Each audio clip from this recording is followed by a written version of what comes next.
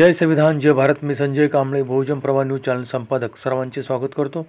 पुणे दिनांक 12/7/2025 रोजी गणेश कला क्रीडा मंच येथे महाबोधी विहार मुक्ती प्रबोधन जनसभा आयोजित करण्यात आली होती. या प्रसंगी भंते चंद्रकीर्ती, भंते आकाशजी लामा, भंते प्रियदर्शी यांनी BT ॲक्ट 1949 निरस्त झाला पाहिजे यासाठी मार्गदर्शन केले. समितीच्या अध्यक्षा रंजनाताई कांबळे यांनी सर्वांचे आभार मानले. सूत्रसंचालन श्रीकृष्ण मोरे यांनी केले होते.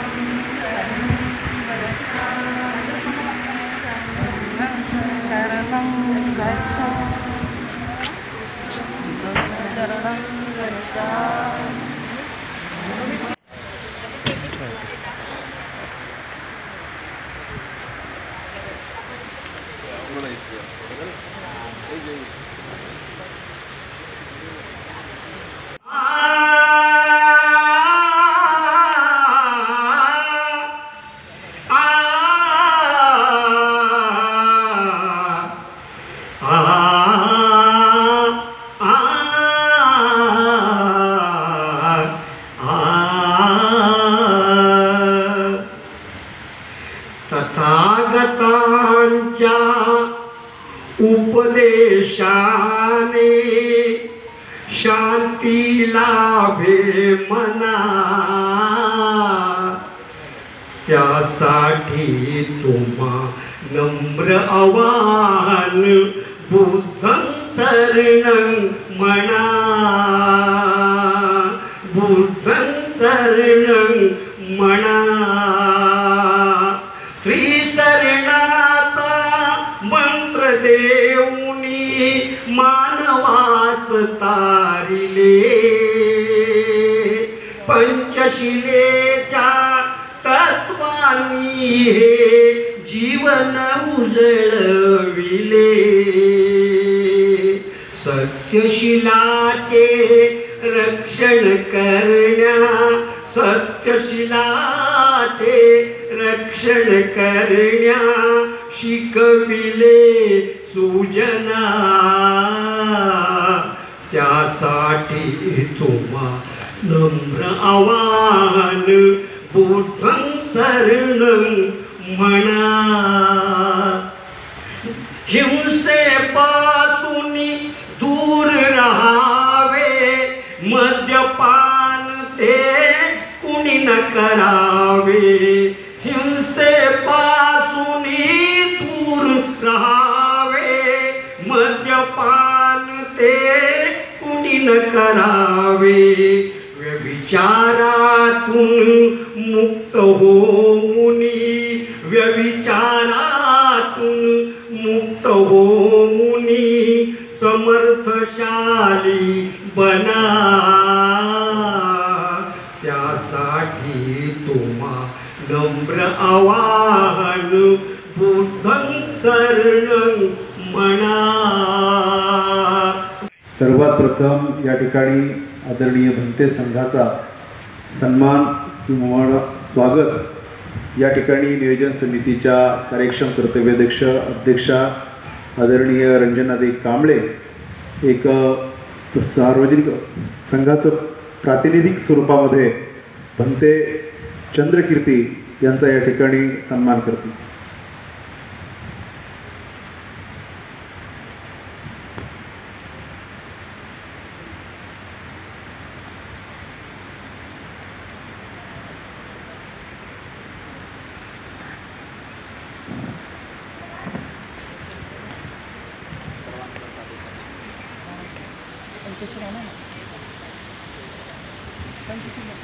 साधू साधू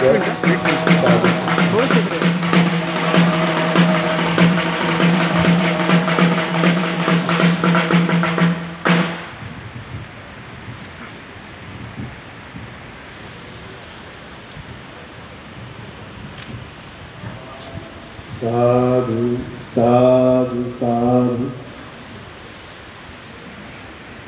यानंतर आजच्या कार्यक्रमासाठी ऑल इंडिया बुद्धिस्ट फोरमचे महासचिव किंबहुना आपण सर्वजण ज्यांना ऐकण्यासाठी उत्सुक आणि इच्छुक आहात असे आजच्या कार्यक्रमाचे प्रमुख मार्गदर्शन करणारे आदरणीय आकाशजी लामा साहेब यांचा सुद्धा या ठिकाणी गुलाब पुष्प आणि महात्मा फुले लिखित शेतकऱ्याचा असे हे पुस्तक देऊन सन्मान होत आहे. जोरदार टाळ्यांचा दिवस करायचा आहे. आपण दिलेली टाळ्यांची दाद, आपण वाजवलेल्या टाळ्या म्हणजे हे नियोजन समितीचे सर्व कार्यकर्ते जे मागील 2 महिन्यापासून कार्य करत आहेत त्यांच्या पाठीवर मारलेली शाबासकीची थाप आहे.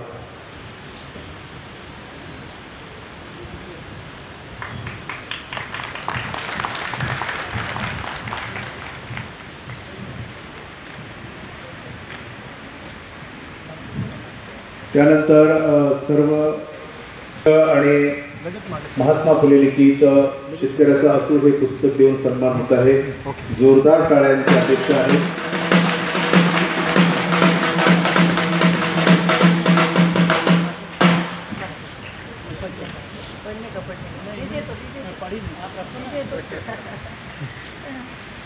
यानंतर मान्यवरांचं म्हणते सर्वांना द्यायचं म्हणते सर्व भंतेंना द्या. शहरामध्ये राहून आणि पुण्याच्या हृदयामध्ये आजचा कार्यक्रम संपन्न होत असताना सुद्धा आपले या सभागृहामध्ये आपल्या उपासकांची संख्या अगदी नगण्य आहे.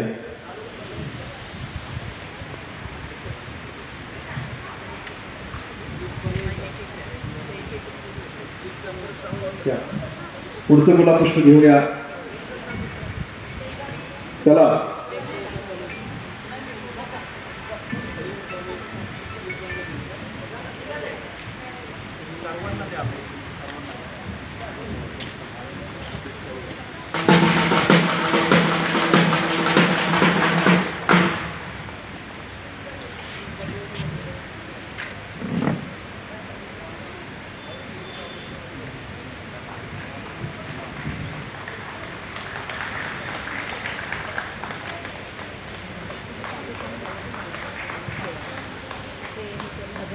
डॉक्टर बाबासाहेब आंबेडकर स्मारक समितीच्या ॲडव्होकेट रंजनाताई कांबळे या आपला बहुमूल्य वेळ खर्च करून उपस्थित आहेत. यांचा सुद्धा रंजनाताई कांबळे यांच्या रंजनाताई भोसले यांचा सन्मान या ठिकाणी रंजनाताई कांबळे करत आहे.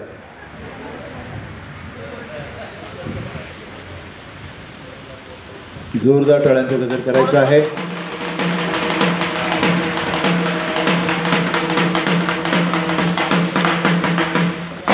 त्याचप्रमाणे बोधिसत्व नाही आले का नाही आले. तालुक्यातील कर्जत या ठिकाणचेच रहिवासी आहे.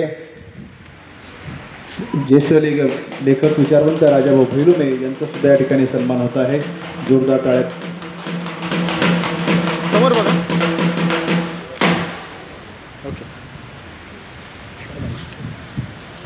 हात सुमारे 2 महिने असंख्य पाय 2 महिने संपूर्ण पुणे शहरात पुणे जिल्ह्याच्या बाहेर पायाला भिंगरी लावून पडलेले आहेत आणि म्हणून त्या कार्यक्षम कर्तव्यदक्ष अधिक उपासिकांचा सुद्धा सन्मान होणे सत्कार होणे क्रम प्राप्त आहे. आणि म्हणून या कार्यक्रमासाठी खास उपस्थित असलेले ज्यांनी खऱ्या अर्थानं या ठिकाणी 2 महिने आम्हाला खूप अशी सहकार्याची भावना दाखवून खूप ठिकाणी आम्हाला मदत केली असे मान्यवर राजाभाऊ भैलुमे यांचा सत्कार करीत आहेत या समितीच्या सदस्या सविताताई लोखंडे. सविताताई लोखंडे या नवगरे सर. थोड्याशा गळ्यातून गाणं गाऊन या कार्यक्रमाला एक वेगळ्या उंचीवर नेऊन ठेवलं असे ज्येष्ठ गायक भगवानराव धेंडे यांचा सुद्धा या ठिकाणी समितीच्या वतीनं सन्मान होत आहे. कुमार रायभोळे,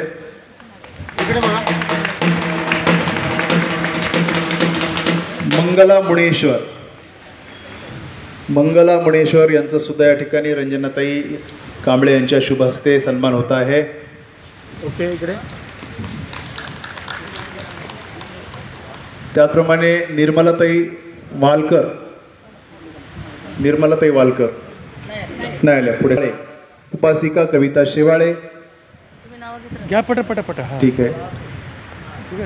दुसरे सत्कारार्थी गणेश चव्हाण ज्यांचं नावाचं उद्घोषण केलं जाईल त्यांनी कृपया या धम्मपीठावर यायचं, धम्ममंचावर यायचं, आपल्या सन्मानाचा स्वीकार करायचा आहे.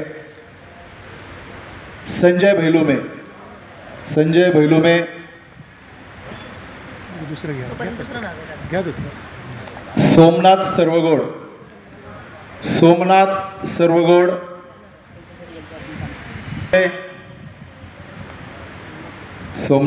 सर आलेले आहेत. राजू कांबळे, त्यानंतर अजिंक्य कदम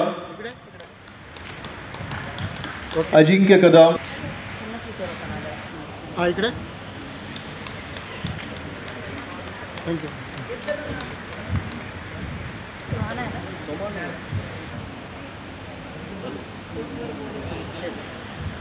त्याचप्रमाणे या कार्यक्रमासाठी अक्काजी लामा यांच्या समवेत त्यांच्या सुविद्य पत्नी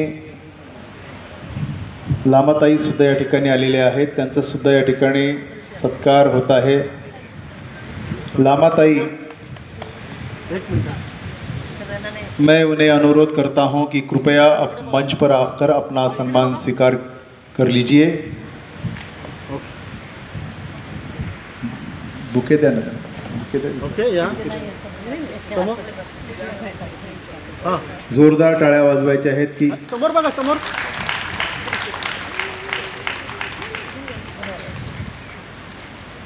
ओके, रेडी. स्वागत करतो. खास करून सर्व मीडियावाले आहेत, इलेक्ट्रॉनिक मीडियावाले संजय कांबळे साहेब आहेत. त्याचप्रमाणे या ठिकाणी सर्व श्रद्धा संपन्न, शील संपन्न उपासक उपासिका, बालक बालिका आपण सुद्धा उपस्थित आहात. आपणा सर्वांचं सुद्धा या समितीच्या वतीनं मनपूर्वक सहर्ष स्वागत. आपण आजच्या या कार्यक्रमाला सुरुवात करीत आहोत. सर्वात प्रथम आपणासाठी मार्गदर्शन करण्यासाठी येत आहेत डॉक्टर बाबासाहेब आंबेडकर स्मारक समिती तळेगाव दाभाडेच्या समाजसेविका ॲडव्होकेट रंजनाताई भोसले आपणाला मार्गदर्शन करतील. आणि हे प्रास्ताविक करण्यासाठी येत आहेत अनुसया कांबळे. सोनवणे कोण आहेत त्यांनी स्टेजवर यायचं. सोनवणे स्टेजवर या.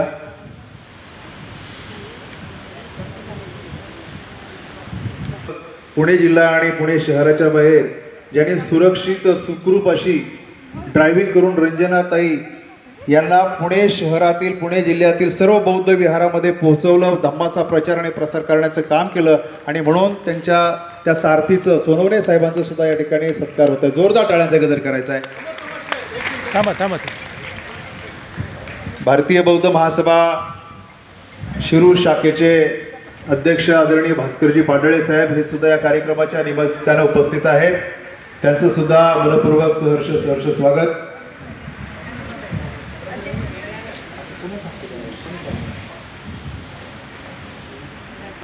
महाकारुणिक तथागत गौतम बुद्ध, परमपूज्य बोधिसत्व, भारतीय घटनेचे शिल्पकार, विश्वरत्न डॉक्टर बाबासाहेब आंबेडकर यांच्या विचारांना आणि यांच्या स्मृतींना त्रिवार अभिवादन करते. तसेच व्यासपीठावर उपस्थित धम्ममंचावर उपस्थित आदरणीय बनते चंद्रबोधी व पूर्ण भिक्खू संघ यांनाही मी पंचांग प्रणाम करते. तसेच खास या जनसभेसाठी बिहार राज्यातून बुद्धगया महाबोधी आंदोलनातून, धरणा आंदोलनातून, प्रस्तावनेतून उभा राहतो, श्रोते आणि वक्त्यांमधला सेतू, प्रास्ताविकेतून उभा राहतो, श्रोते आणि वक्त्यांमधला सेतू, थोडक्यात समजावून घेऊ आपण. महाबोधी विहार मुक्ती आंदोलन जनसभेचा हेतू. मुक्ती आंदोलन जनसभेचा हेतू आपल्याला सर्वांना ज्ञातच आहे. गेले 4 महिने महाबोधी मुक्ती आंदोलन लढा चालू आहे अशा न्यूज, अशा बातम्या, अशा यूट्यूबवर आपण पाहतो. आणि हे आंदोलन काय आहे, कशासाठी आहे? BT ॲक्ट निरस्त करो. पण हा BT ॲक्ट आहे काय? त्या BT ॲक्टमुळे काय प्रॉब्लेम होतो किंवा महाबोधीचा आणि त्याचा संबंध काय आहे आणि त्याला निरस्त करणं गरजेचं का आहे, या सभेत हे आपल्याला कळणार आहे. जेव्हा आम्हाला कळलं की महाबोधी मुक्ती आंदोलन चालू आहे आणि ते अशा क्षणी कळलं की गोलंबरमध्ये, म्हणजे महाबोधी विहाराच्या समोर एक गोलाई आहे, त्याला तिकडे बिहारमध्ये गोलंबर म्हणलं जातं. त्या ठिकाणी हा भिक्षू संघ 500च्या संख्येमध्ये उपोषणाला बसला होता. मला जवळजवळ 11व्या दिवशी ही गोष्ट कळली की उपोषण करून तो त्यांनी मार्ग पत्करला होता की 2 वर्ष ऑल इंडिया बुद्धिस्ट फोरमने स्ट्रगल करून संविधानिक पद्धतीने कागदपत्री पाठपुरावा केल्यानंतर त्यांना असं वाटलं की आता धरणं आंदोलन केल्याशिवाय पर्याय नाही. त्या क्षणी हे बसले होते. जीव पिळून निघाला. काही बंदेगणांची तब्येत खराब झाली होती असे व्हिडिओ आम्ही बघितले. समता विचार मंच, तिथनं आम्हाला रोजचे व्हिडिओ टाकले जात होते, ते मी पाहत होते. आणि मी असं म्हटलं की जो कोणी बुद्धगयेला जायला निघेल त्याच्याबरोबर मला जायचंय. अशीच अवस्था ही जी आमची टीम आहे, महाबोधी मुक्ती आंदोलन प्रबोधन सभेची जी टीम आहे, यांची ही अशीच अवस्था होती. आणि त्यातून एका व्हॉट्सॲप ग्रुपवर मला कळलं, HK सूर्यवंशी जे रमाई संकुल चालवतात चितोळेनगरमध्ये, त्यांनी सांगितलं की ताई, माई नावाच्या एक समाजसेविका आहेत, त्यांचं नाव आहे रंजनाताई, पण त्या विमाननगरला राहतात. मग तुम्ही बघा तुम्हाला जमतं का. ओढ अशी होती की विमाननगर एक टोक आहे आणि सोमटणे पाठा दुसरं टोक आहे. मी त्यांच्याशी संपर्क केला आणि असाच या इतर ज्या आमच्या महिला आहेत त्यांनीही संपर्क केला. आणि 14 एप्रिल झाल्यानंतर 15 एप्रिलला आम्ही पुण्यातून 30 मेंबर निघालो. 18 महिला उपासिका आणि 8 पुरुष उपासक, ड्रायव्हर, आचारी धरून अशा आम्ही 30 मेंबर बुद्धगयेला पोचलो.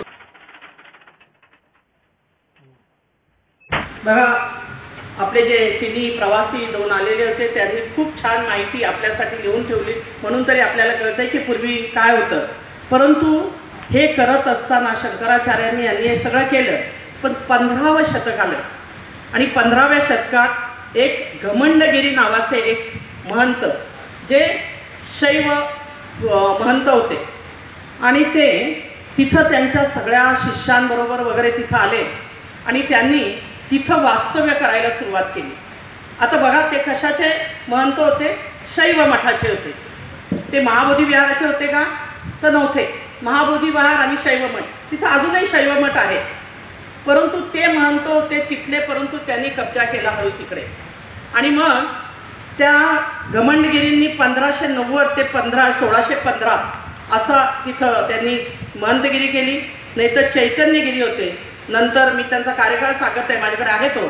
नंतर महादेवगिरी, लालागिरी, केशवगिरी, राघोजीगिरी, रामहितगिरी, बालगिरी, शिवगिरी आणि भाईपतीगिरी, हेमनारायणगिरी आणि सगळ्यात शेवटचे कृष्णदयाळगिरी. आपण आजही गिरी गोसावींची संख्या खूप बघतो, त्यांचे खूप अनुयायी आहेत. आता आपण कालची गुरुपौर्णिमा बघितली असेल, त्याच्यात अनेक ते गिरी लोकांचेच अनेकसे पोस्टर्स आपण बघितले असेल. तर हे गिरी नावाचे महंत हे शिवाची पूजा करायचे, शैवाची पूजा करायची. आणि त्याच्यानंतर मागे नका, परंतु नंतर दुसरी पिढी आली. दुसरी पिढी अजूनही आपण इतर धर्मांच्या सान्निध्यात असल्यामुळे आपण आपल्या धम्माचा अभ्यास फार केला नाही किंवा आपल्याला शिकवलं नाही. कारण आपल्याकडे आजही धम्माचं शिक्षण देणारी कुठलीही प्युअर धम्माचं शिक्षण देणारी मला वाटत नाही की कुठं महाराष्ट्रात तरी एखादी शाळा आहे. तर धम्माचं शिक्षण देणारी शाळा नाही. परंतु हे जे कर्नल एल्कॉट होते त्यांनी मात्र श्रीलंकेमध्ये 300 शाळा केल्या होत्या. त्यातल्या काही आजही अस्तित्वात आहे. म्हणजे श्रीलंकेत असणारा जो धम्माचा पगडा आहे, बौद्ध धम्माचा पगडा आहे, तो कोणी हलवू शकत नाही. आणि देर आई दुरुस्त आई असं म्हटलं पाहिजे ना आपण, की आता आपले लोक देखील बाबासाहेबांनी सांगितल्याप्रमाणे शिका, संघटित व्हा, संघर्ष करा, हे जे सांगितलं त्याप्रमाणे शिकल्यानंतर जेव्हा ह्याचं शिक्षण घेऊ लागले आणि लामांसारखे सगळे या बुद्धिस्ट सोसायटीसाठी काम करणारे जे सगळे आदरणीय आहेत त्यांनी देखील हे प्रश्न लावून धरले आणि ते आता फार प्रकर्षाने पुढं येत आहेत आणि सगळेजण संघटित होत आहेत. कारण 49 पासून नव्हे 18व्या शतकापासून 18, 19, 20 आणि आता 21 4 शतका हा संघर्ष चालू आहे. हा कुठेतरी थांबला पाहिजे आणि म्हणूनसाठी आपण सगळ्यांनी एकत्र आले पाहिजे. मी आदरणीय आमच्या रंजनाताई, आमच्या दोघींचं नाव एक आहे त्यामुळे बऱ्याच ठिकाणी घोळ होतो. आदरणीय बनतेजींनी मला फोन केला आणि मला माहीत होतं की त्यांचा हे चालू आहे. मी त्यांना सांगितलं नाही. नंतर त्यांनी जेव्हा विचारलं राहण्याची सोय कुठं, तर म्हटलं बनतेजी ते माझ्याकडे नाहीत, त्या रंजनाताई वेगळे आहेत. आणि मग असा रंजनाताई कांबळे आणि मी रंजनाताई भोसले, मी ताई म्हणत नाही स्वतःला, पण त्या ताईंनी हा जो खटाटोप केला, आपल्या सगळ्यांना एकत्र आणलं, तर आजची ही सुरुवात आहे. मग अशी ताई म्हटल्याप्रमाणे अर्धा ग्लास भरला की अर्धा रिकामा आहे, त्यापेक्षा अर्धा हॉल भरला आहे. पॉझिटिव्हनेसच आपल्याला बुद्धिझमने शिकवलेला आहे आणि तो जो पॉझिटिव्हनेस आहे तो बघा 3 गोष्टी दुर्मिळ असतात. काय? एकतर जन्माला येणं, माणसाच्या जन्माला येणं, त्यानंतर आपण काहीतरी शिकणं आणि तिसरी महत्त्वाची जी आहे की धम्म आपण जाणून घेणं. बघा पुण्यामध्ये लाखात लोक राहतात. आमचे स्थूलसर आहेत तिथं, आमचे विश्वरत्न डॉक्टर बाबासाहेब आंबेडकर स्मारक समितीचे किसनजी थूल माझ्याबरोबर आज इथे आलेले आहेत. तर त्यांनी एक हे केला की पुणे जिल्ह्यामध्ये जवळजवळ फक्त पुण्यात 3 लाख बुद्धिस्ट राहतात. 11च्या जनगणनेनुसार 3 लाख आपले बुद्धिस्ट समाज इथं पुण्यात राहतो. परंतु त्यातले आपणच फक्त आहात या ऐतिहासिक क्षणाचे. आपण जेवढे इथं बसलात ते साक्षीदार झालात आणि निश्चितपणे एक माणूस, मी कोणाचं हे अनुकरण करणार नाही, ते म्हणतात 1 मराठा लाख मराठा. मी म्हणते आमचा एक बुद्धिस्ट 1 कोटीचा बुद्धिस्ट आहे आणि तो 1 कोटीचा बुद्धिस्ट हा निश्चितपणे आपल्या ह्या महाराष्ट्रात नव्हे तर महाराष्ट्राच्या बाहेर देखील. मग अशी ताईंनी सांगितलं भीमा कोरेगावचे आपण इथं जे आंदोलन हे झाले, भीमा कोरेगावचा संग्राम फारच आहोत आणि म्हणून आजचा हा शांततेचा सुरू झालेला लढा हा आपण बुद्धांच्या एकूण दिलेल्या वचनांप्रमाणे आणि आदरणीय भिक्खू संघांच्या सगळ्या मार्गदर्शनाखाली निश्चितपणे आपण एकत्र येऊन पुढे नेऊया. आणि म्हणून आपल्या धम्म स्कूल निर्माण झाल्या पाहिजेत. त्याप्रमाणे BT ॲक्ट 1949 ची जी पूर्वपीठिका सांगितली त्याबद्दल सुद्धा तुमचं मनपूर्वक या ठिकाणी आभार व्यक्त करतो. आणि यानंतर ज्येष्ठ आंबेडकरी विचारवंत आणि कर्जतला अहिल्यानगरचे सुपुत्र आणि ज्यांचं भिवा ते बोधिसत्व नावाचं एक गाजलेलं पुस्तक आहे, या पुस्तकाचे लेखक राजा भाऊ बैलोमे सर या ठिकाणी आपलं मनोगत व्यक्त करतात.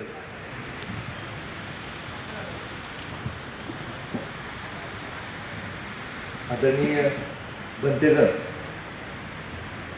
या कार्यक्रमाच्या अध्यक्षा आयुष्यमती रंजनाताई कांबळे, आत्ताच माझ्या अगोदर कायद्याची बाजू ज्यांनी प्रथमपणे मांडली त्या रंजना कांबळे, भोसले रंजना भोसले भोसले भोसले नावामुळे असं होतंय. आदरणीय बनतेजी, आदरणीय उपासक आकाश लांबाजी, उपस्थित बंधू भगिनी, यात जास्त वेळ घेणार नाही. ही प्रबोधन महासभा, मला एका गोष्टीचा आनंद वाटतोय की हा सगळा कार्यक्रम महिलांनी आयोजित केलेला आहे. डॉक्टर बाबासाहेब आंबेडकर म्हटले होते की शेवटची समतेची लढाई ही महिला लढणार.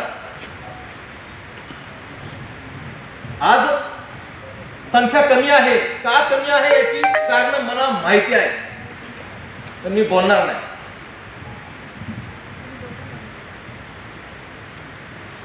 आठ मार्चला या अनुषंगाने आपण एक आंदोलन केलं होतं डेक्कनला.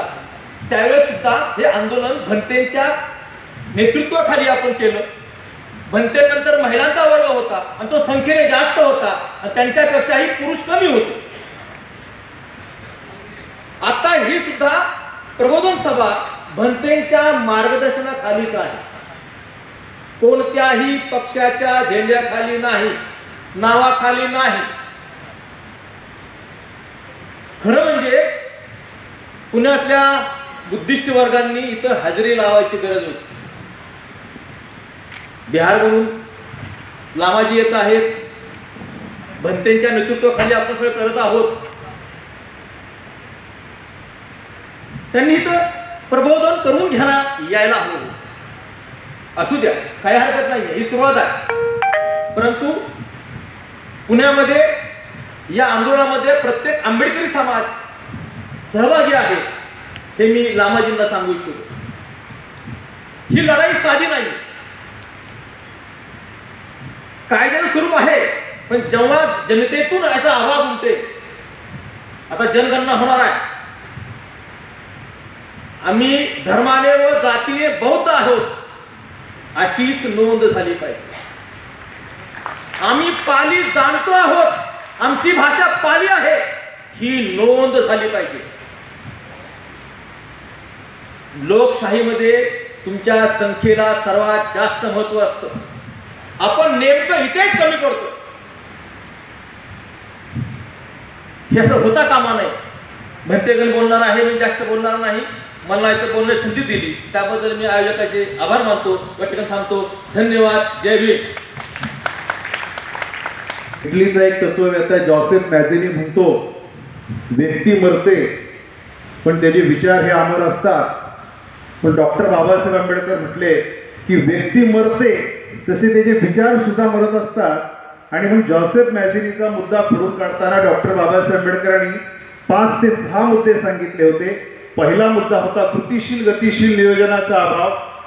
त्याप्रमाणे त्या विचारांना राजाश्रय नसेल, त्या विचारांप्रमाणे आचरण करणारे लोक नसतील, त्या विचाराचे विद्वान प्रचारक प्रसारक नसतील, त्या विचारांना खऱ्या अर्थाने समर्थक नसतील, तर खऱ्या अर्थाने ते विचार सुद्धा मरण पावत असतात. आणि म्हणून या ठिकाणी विद्वान प्रचारक प्रसारक या ठिकाणी मंचावर आहेत.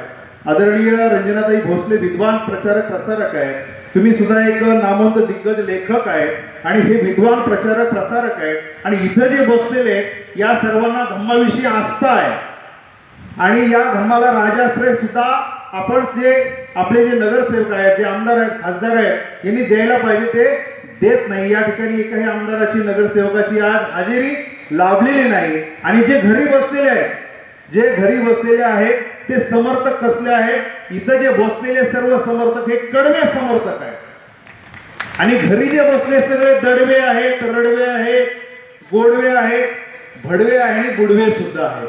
तर आपण सर्वजण हे कडवे समर्थक होण्याचा प्रयत्न करूयात.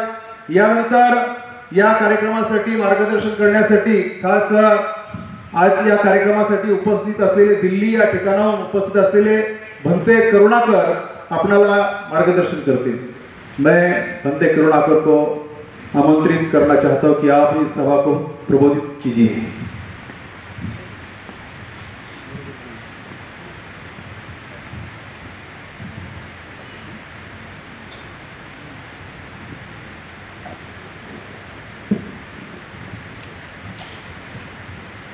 ध्रुव धर्म धुरंधरं शीलरास शुभाननम भयं बंदा भय बंदम भीमं वेद नामकम.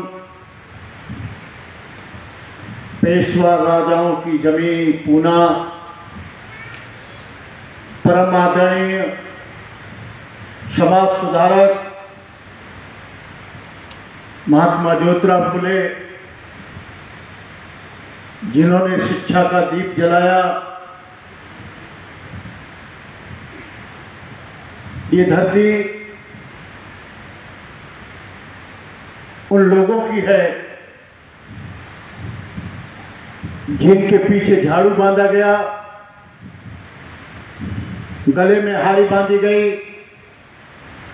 और फिर उससे मुक्त करने का काम मेरे बोधिसत्व डॉक्टर बाबा साहब अम्बेडकर ने किया.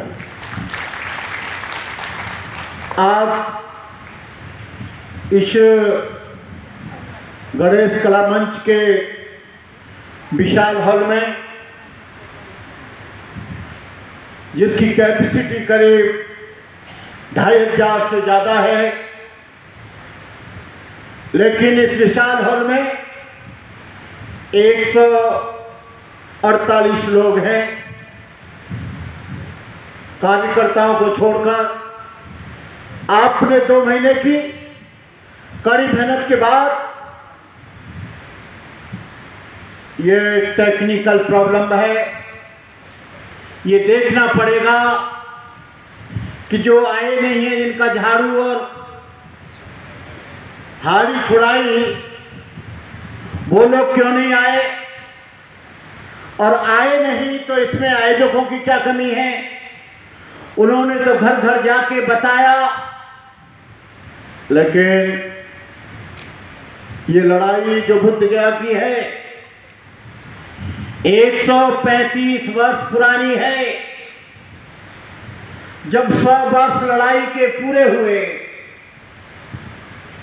तो सुरेश ससाई जी ने मुझसे बात की और उसकी मीटिंग पहले इंदिरा बुद्ध विहार में आयोजित की।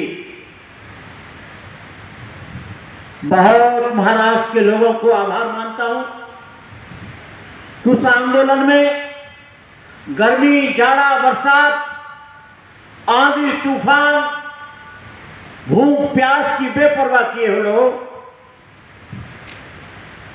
महाबोधि महाविहार को मुक्त कराने के लिए निरंतर प्रयास करते रहे।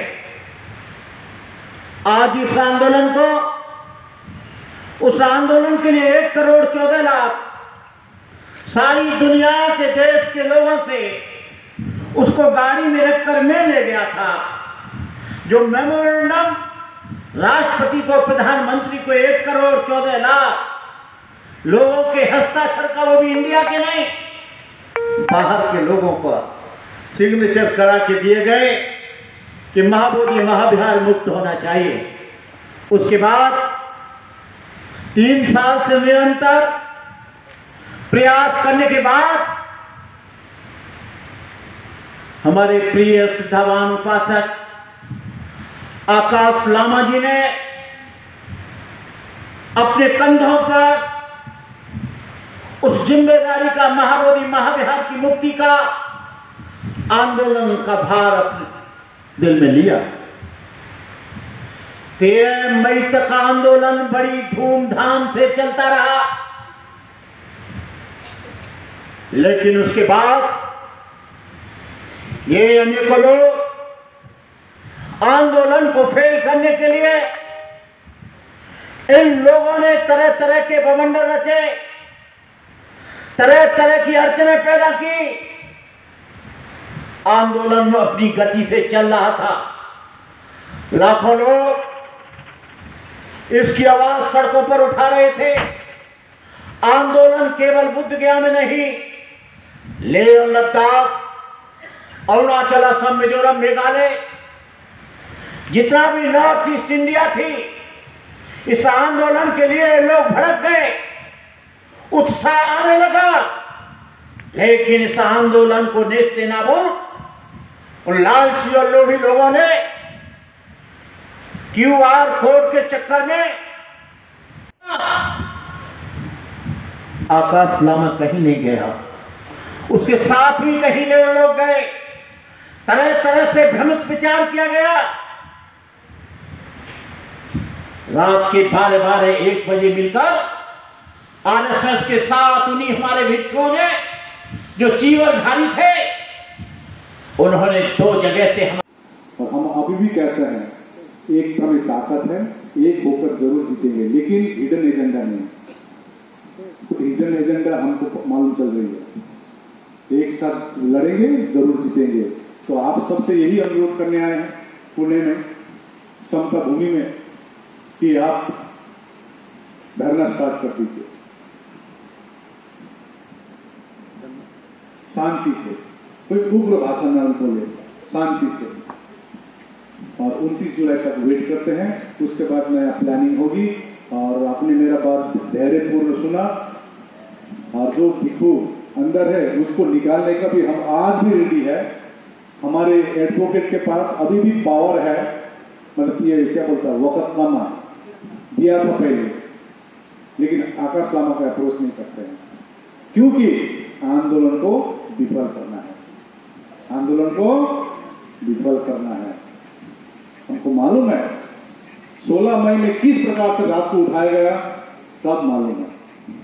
अभी भी हम लोग 151 दिन से डटे हुए हैं और डटे रहेंगे जब तक जीपी एक्ट 1949 निरस्त नहीं होता। यही अनुरोध आपसे करने आए हैं कि आप भी अपना हक अधिकार के लिए आगे आए, युवा को शिक्षित बनाइए।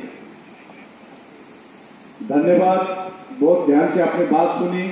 आप सब कोई अशब्द मैंने किसी को कहा होगा तो इसके लिए मेरे को माफ करें। आप सभी को बहुत बहुत साधुवाद। भवतु सर्वमंगलम।